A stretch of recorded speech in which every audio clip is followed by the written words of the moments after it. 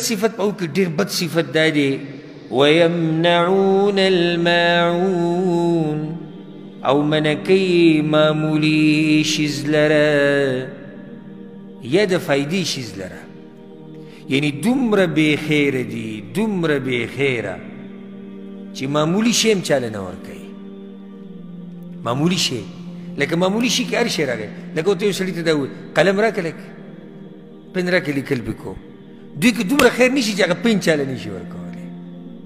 یا مثال کې یو کس تا ته ور وټکوي جره دغه سرشتي که نه هغه ګاډۍ د سرشتي موږ پکې کور ته سامان راوړي او بس ځه ځان له بیا خرابېږي دا اوس ګوره هغه سړی چې خیر پکې نشته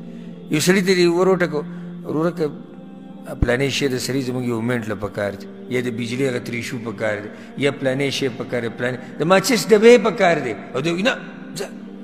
خیر پکې نشته ويمنعون الماعون هر هغه شی چې خلکو له فایده ورکوي دوی د خلکو نه منع کوي نو مؤمن شان به دی چې دی به د فایدې شی د چا نه منع کوي هر طرف نه چې ستا د لاس نه خیر کېږي کوه هر چا سره کوه دا لیکلی کېږي او زموږ د رب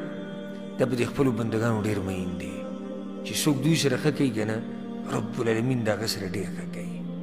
هغه حدیث به ته اوس ته یادي بني اسرائیلو کې یو کس او خلکو له به څه ورکولي قرضونه به ورکول او بیا به دا وي چې کله به نیټه پوره شوه کسانو ته به دا وي ولاړ شي که ورسره وروالئ که نه معافې کوي ورته کېدي شي الله موږ معاف کړي پیغمبر صلی الله علیه وسلم وایي هغه سړی چې الله سره مخامخ شو مرګ نه بعد الله وګو چې تا زما د بندګانو سره دومره نرمي کړې ده یعنې ته چې د بندګانو سره څنګه معامله کوې الله به تا سره کوي بندګان پرېږده یو صحابي راغی د پیغمبر صلی الله علیه وسلم خواته وی رسول الله ګډ نشم حلالولی بیزه نشم حلالولی څاروی نشم حلالولی پیغمبر صلی الله علیه وسلم ورته ویلي وی دا رحم دیلی د لاسه شفقت د لاسه پیغمبر صلی الله علیه وسلم ورته ویل والشات ان رحمتها رحمک الله زه چې ته به ګډو بیزو دومره مهربانه یو الله به تا مهربانه دی یعنې چې یو سړی د ګډې بیزې سره مهرباني وکړي الله د هغه سره مهرباني کوي نو چې یو سړی د انسانانو سره مهرباني وکړي څه خیال دی یو سړی د الله د بندګانو سره مهرباني وکړي هغه بني اسرائیلو کې چې زیناکاره ښځه وه قصې تاسو ته معلومه ده که څه چلي کړی و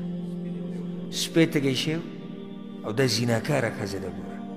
او جبه د دې سپي راوتې وه او د ډېرې تندې نه هغه شګې څټلې خاوره یې څټله نو دې خپله موزه وویسته او په هغې کې اوبه راواچولې او هغه له یې ورکړې الله د دې د لاسه هغه زیناکاره ښځه وبخله جنت ته یې ورکړه سپي له یې اوبه ورکړې ها او ښځه په خپله دومره بېدینه چې زیناکار الله د هغې د لاسه وبخله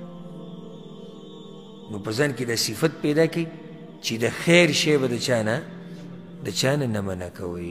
یو پیر بیا ترجمه وکړو بسم الله الرحمن الرحيم أرأيت الذي يكذب بالدين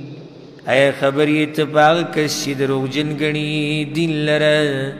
فذلك الذي يدعو اليتيم نداق واغدي چی دکی ورکی یتیم لرا ولا يحض على طعام المسكين او تیزین ورکی بخوراک د مسکین باندی فويل للمصلين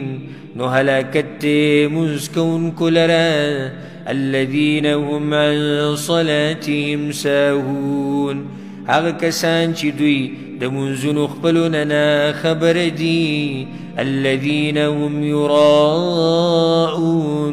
هغه کسان دي چې دوی ښودنه کوي په خپلو عملونو سره ويمنعون الماعون او منع کوي د فایدې شیز لره یا معمولي شیز لره په دې سره د درس اختتام ته ورسېدو